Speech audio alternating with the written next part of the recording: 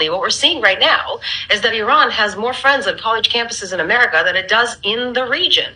What you just saw was a clip from a recent video from Zionist propagandist and notably person who's actually been fired by the Israeli government, Noa Tishby.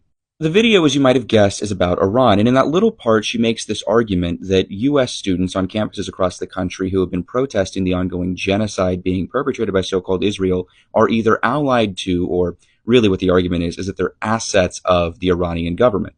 It's a very interesting little comment to throw in that can have some very sizable ramifications, so it's something we really need to discuss. Over the past years, countless students have risen up at their campuses calling for divestment and more recently calling for an end to so-called Israel's genocide in Palestine. They've been hosting educational events, taking buildings over and hosting sit-ins, creating these large encampments at their campuses and more, trying to not only draw attention to the ongoing genocide, but bring an end to it. All of that has been part of a very troubling trend for the Israeli lobby as younger generations become more and more pro-Palestine and more critical of the Zionist project. And Zionist actors and groups have tried very hard to cultivate large bases of support on campuses all across the so-called U.S. The issue is that they're really struggling to actually engage these students and win them over to a cause that is essentially supporting a genocidal settler colony. And if you're an Israeli planner looking at these trends and looking at what younger generations think about an entity that you represent that is incredibly dependent on U.S. support and aid,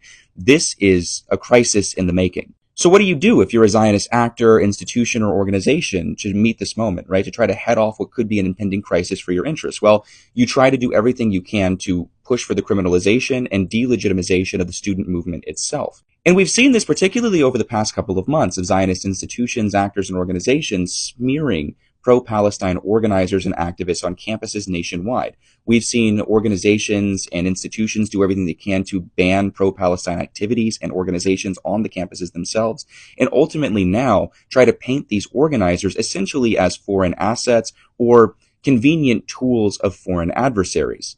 What Noah and other Zionists are essentially trying to do is paint an organic, student-led movement built on empathy, internationalist solidarity, and joint struggle as being these inorganic movements that are either fostered by or allied to governments and entities that the U.S. government considers adversarial. And the goal is clear. They're essentially trying to pave the way for the inevitable criminalization of actors within the student movement and ultimately the student movement itself, all the while manufacturing consent for violence to be used against these students.